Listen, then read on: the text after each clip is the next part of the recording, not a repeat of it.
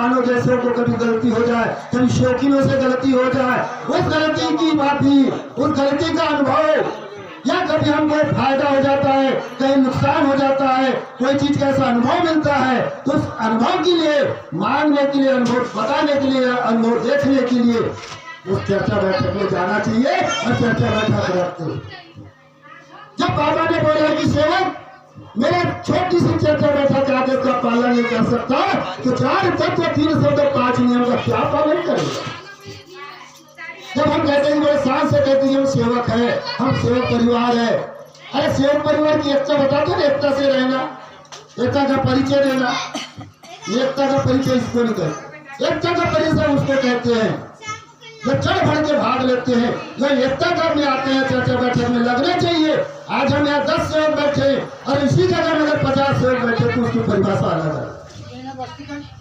इसलिए सेवक भाइयों चर्चा बैठक में जाना चाहिए, चर्चा बैठक में भाग लेना चाहिए। ये नहीं देखना चाहिए कि मेरे घर में कौन है कौन नहीं, वो मत देखना चाहिए। साले की चर्चा बैठक है आखिर टोला में है, यहाँ की चर्चा बैठक भरनी टोला में है, यहाँ की चर्चा बैठक माई मोहल्ले में, यहाँ की चर्चा बैठक बड़ा मोहल्ला में। वो दूरी नहीं नापना चाहिए अपने को, ये देखना चाहिए कि अपने को चर्चा बैठक में जाना, क्योंकि चर्चा बैठक एक सीक्वेंस है। हो सकता है किसका सीक्वेंस किसको कब काम आ जाए और किसकी जिंदगी संवर जाए, वो किसी का काम। पर हम क्या सोचते हैं, अरे चर्चा बैठक में जाते हैं, चर्चा बैठक में जाते हैं, क्या पूछते हैं, करते सोते तो पूछते हैं सूरज की नीति से हमको प्रार्थना तो हम तो घर में कर लेते हैं। इसलिए क्या कहते हैं मालूम है, अरे सम्राट के साथ राज करना बुरी बात है, सम्राट के साथ राज करना बुरी बात है, ना जाने कब बुलाते। चर्चा बैठक में जाना सेवक अच्छी बात है, ना जाने भगवान कब जानी बना। सेवक भाइयों मालूम है, चर्चा बैठक की एक बात, अपन जब चर्चा बैठक में जाते हैं तो पीछे बैठते हैं। पीछे कहाँ बैठते हैं? पीछे बैठते हैं, हम आगे कभी नहीं बैठते। एक जगह एक चर्चा बैठक चालू था, एक संचालक था, संचालक कर रहा था, संचालक करते करते उसने बोला एक सेवक जी को, सेवक जी बोले सामने आ जाओ, सामने सेवक जी सामने आओ, सेवक जी आओ सामने बैठो। सेवक जी नहीं माना। अंतिम में चर्चा बैठक चली।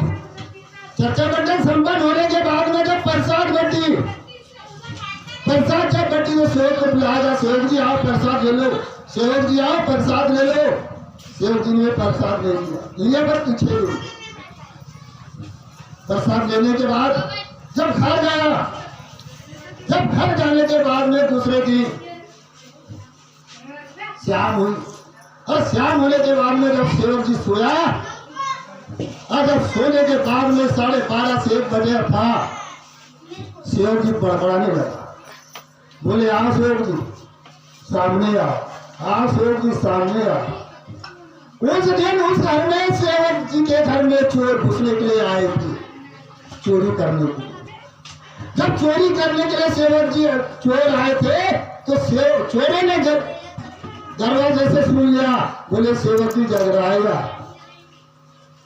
फिर 2-4 बार बोला सो गया, फिर चोरों ने बोले नहीं यार सो गया। वह जैसे वैसे चोरी किए, और जैसे चोरी किए वैसे माल खाट के पास आए, वैसे क्या बोला सेवक जी से बड़बड़ा चालू, आओ सेवक जी प्रसाद खा लो, आओ सेवक जी प्रसाद खा लो।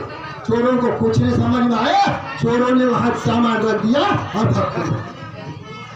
जब भागने के बाद में जब दूसरे क्या जाके मस्त आराम से चोरी किए और चोर लेके सामान लेके भाग।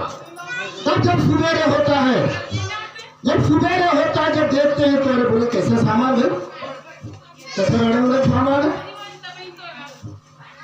सामान बिखरा था।